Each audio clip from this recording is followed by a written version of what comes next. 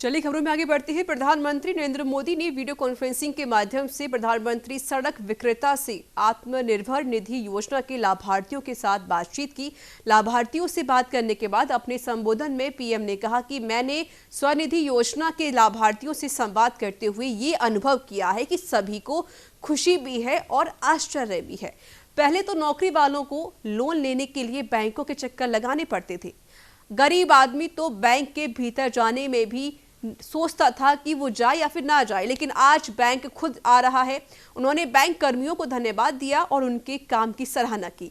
तो वहीं पर पीएम मोदी ने कहा कि इस तरह की योजना आजादी के बाद पहली बार बनी है। मेरे गरीब भाई बहनों को कैसे कम से कम तकलीफ उठानी पड़े, सरकार के सभी प्रयासों के केंद्र में यह चिंता थी। इसी सोच के साथ देश ने 1,70,000 करोड़ से गरीब कल्याण योजना शुरू की है।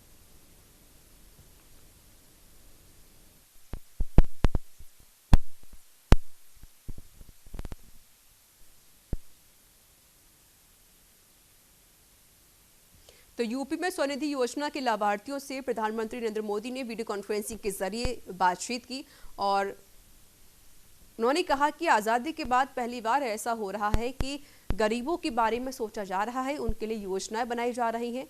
इसी को लेकर जिस तरीके से जब लॉकडाउन हुआ था तो रेहड़ी और पटरी वालियों को दिक्कतें काफ़ी ज़्यादा हुई थी। हमारे साथ जुड़ चुके हैं इस पर अधिक बातचीत करने के लिए वरिष्ठ पत्रकार विजय उपाध्याय। सर, स्वागत है आपका न्यूज इंडिया में। थैंक यू जी सर, जिस तरीके से देखा जा रहा है कि प्रधानमंत्री नरेंद्र मोदी ने जो गरीब परिवार हैं उनसे बातचीत की है, क्योंकि लॉकडाउन के बीच इनका जो पालन पोषण था वो नहीं हो पा रहा था, लेकिन इस बीच गरीबों के लिए एक योजना बनाई गई है। क्या कहेंगे आप?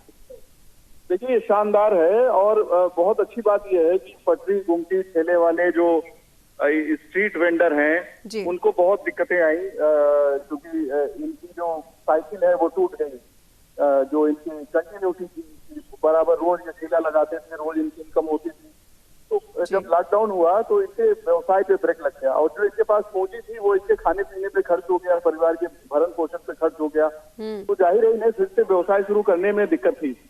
ऐसे में ये 10,000 रुपये की बैंक से जो इनको है तो वो लोन, लेकिन एक सहायता ऐसी है जिसमें ब्याज कम है और आसानी से उनको बिना किसी दिक्कत के और बिना किसी जमानत के, यानी कोई गारंटी के बगैर मिल गया। और अब वो फिर से अपना काम शुरू करके फिर अपने परिवार का अपने आत्मनिर्भर तरीके से भरण पोषण कर सकते हैं जी। और अच्छी बात यह है कि इस मसले पर प्रधानमंत्री ने डायरेक्ट उन लोगों से सीधे बात की जो लाभार्थी हैं।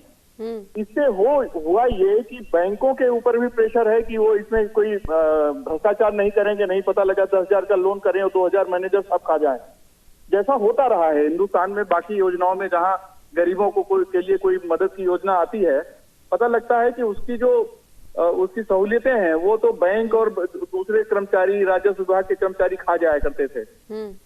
तो गरीब को उतनी मदद नहीं मिल पाती थी। लेकिन अगर उस गरीब से, यानी जो लाभार्थी है, उससे मुख्यमंत्री या प्रधानमंत्री से, हमारे तो प्रधानमंत्री सीधे बात कर रहे हैं, तो ये बहुत अच्छी बात है कि कम से कम अगर उसमें कोई कमी है तो लोग डायरेक्ट बता भी सकते हैं और कोई अच्छाई है तो उसको भी बता सकते हैं।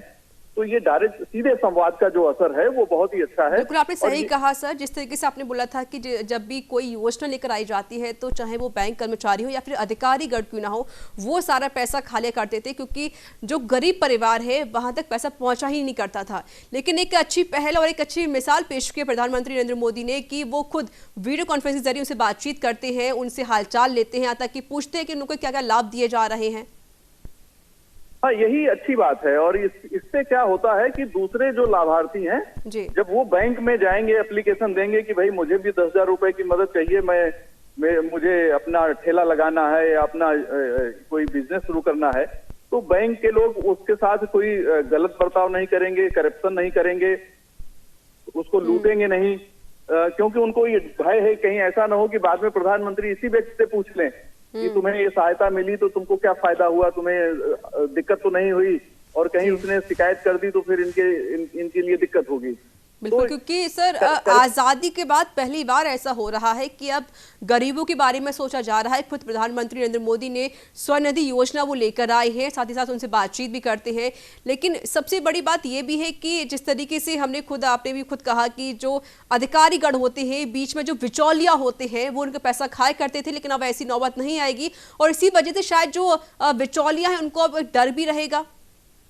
हाँ, निश्चित तौर पे देखिए, पहले भी तमाम ऐसी योजनाएं आई गरीबों के लिए। एक योजना बहुत पहले आई थी, इंटीग्रेटेड रूरल डेवलपमेंट प्रोग्राम। वो गांव में जो गरीबी की रेखा के नीचे लोग रहते थे उनको 20,000 रुपए का ऋण दिया जाता था, जिसमें 10,000 रुपए की सब्सिडी थी, यानी 20,000 सरकार देती थी लेकिन वापस सिर्फ 10,000 लेती थी। उसमें जो 10,000 सब्सिडी हुआ करती थी उसको लेखपाल और बैंक के कर्मचारी खा जाया करते थे और वो गरीब बेचारा उस योजना से वंचित हो जाता था।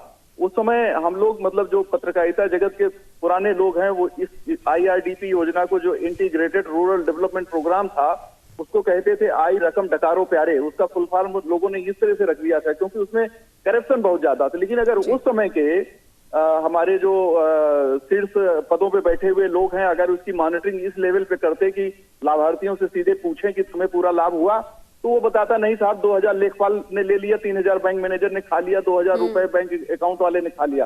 तो उससे लगाम लगती, यानी उससे भ्रष्टाचार रुकता। तो ये चीज होना चाहिए कि जो योजना है, क्योंकि करप्शन को रोकने का ये तरीका यही है कि आप ज्यादा से ज्यादा ट्रांसपेरेंसी रखें, ज्यादा से ज्यादा डिजिटलाइज करें सिस्टम को। और अब ये मौका है कि डिजिटलाइज सिस्टम भी है और साथ में प्रधानमंत्री सीधे बात कर रहे हैं। तो प्रधानमंत्री उस समय बात न करते, मुख्यमंत्री करते या डिस्ट्रिक्ट मजिस्ट्रेट बात करते, लेकिन वो एक चेन बन गई थी करप्शन की। तमाम योजनाएं जो गरीबों के लिए आती गई उसमें लीकेजेस होते गए, गरीब उससे लाभान्वित नहीं हुआ और अधिकारी ज्यादा पैसे बनाते गए। तो कम से कम एक अब मॉनिटरिंग भी हो रही है और साथ में सीधे संवाद भी हो रहा है। और सीधे संवाद का ज्यादा महत्व इसलिए है कि गरीब अगर प्रधानमंत्री से बात कर रहा है तो उसे लगता है कि लोकतंत्र हमारे लिए है। बिल्कुल। चलिए, बहुत बहुत शुक्रिया विजय उपाध्याय जी हमसे बातचीत करने के लिए और अपनी बात को साझा करने के लिए।